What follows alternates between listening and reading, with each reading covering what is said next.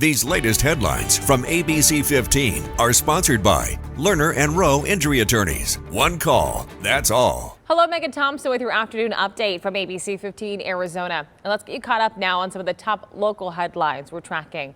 Working right now to get an update on a rollover crash from overnight on the I-17 along the Durango curve. DPS telling us several cars were involved. You can see what appears to be a pickup truck flipped on its side. Crews have cleared the crash from the roadway now. Phoenix police are investigating another scene, this one near 19th Avenue in Camelback. We brought you this as breaking news on ABC 15 Mornings. We know the scene is very active. We're working to get an update on what happened.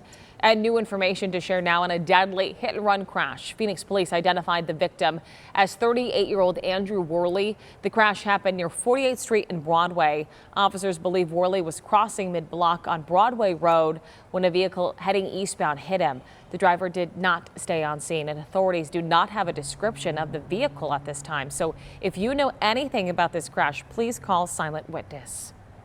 We are also watching Washington, and in President Donald Trump's first 100 days, Arizona state leaders are pushing back on some of his executive orders. Arizona Attorney General Chris Mays is joining other state attorneys general filing a lawsuit against President Trump's executive order on birthright citizenship, saying it goes against the 14th Amendment of the Constitution.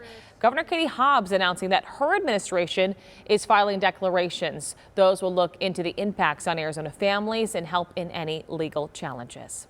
Another executive order focuses on capital punishment, which we have reported on extensively here on ABC 15. All of this as Arizona officials prepare to carry out the first execution in our state in more than 2 years. President Trump's executive order asked the federal government to make it easier for states to get the required drugs to carry out executions. They've been on hold in Arizona since November of 2022. Aaron Gunches would be the next Arizona inmate to be executed. ABC 15 asking Arizona Attorney General Chris Mays about the impact President Trump's executive order has on our state.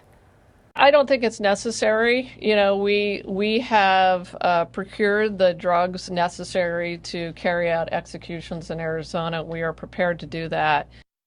AG Mays saying the state anticipates executing Gunches on March 18th. He was convicted in 2002 for the murder of Ted Price. ABC 15 sat down exclusively with Price's daughter, who was hoping this is the final chapter for her father's case. You can see more of our interview with her on ABC15.com.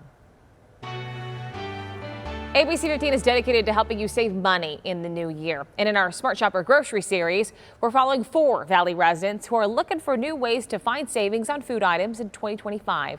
Leonidas Love is a fun-loving DJ and put his health at the forefront during every visit to the grocery store. He says a major scare during the pandemic changed the way he shops today.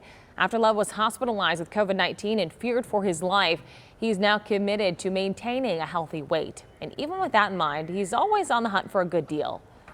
My number's on the rewards program, so I just tell them my number and all the coupons, everything pops up.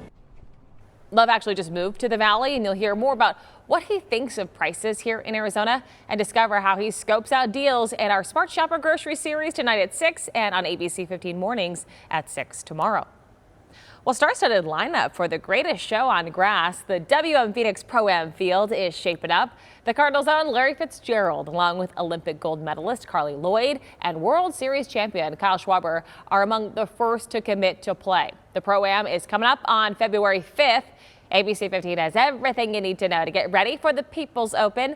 Our Things to Do team got a sneak peek at what's new this year. You can find it now on abc15.com/things-to-do. With your most accurate forecast on this Wednesday, I'm meteorologist Jorge Torres. It'll be a cold start with temperatures in the valley staying in the mid-30s, but will slowly warm up throughout the day under partly cloudy skies at noon, reaching those temperatures in the mid-50s and eventually topping out in the mid-60s, which is close to where we should be for this time of year. Across northern Arizona, highs staying in the 40s for areas like Flagstaff, Heber, and Show Low. Upper 50s to lower 60s from Prescott to Payson and Sedona, and close to 70 as you head toward Mojave County. And we are forecasting highs today in the lower 70s as you head toward Yuma and Ajo. The winds will pick up once again on Thursday here in the valley, forecasting gusts around 25 to 30 miles per hour. The winds a tad bit stronger in the high country with gusts around 40. Your 7-day forecast showing those temperatures staying in the 60s through tomorrow. Back in the 70s Friday and Saturday with a chance of rain back in our forecast beginning Sunday at least in the valley. But look at the forecast in the high country. Promising chance for snow back in the forecast beginning on Sunday through early next week.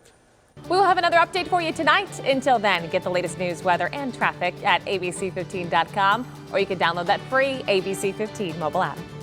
These latest headlines from ABC 15 are sponsored by Lerner and Rowe Injury Attorneys. One call, that's all.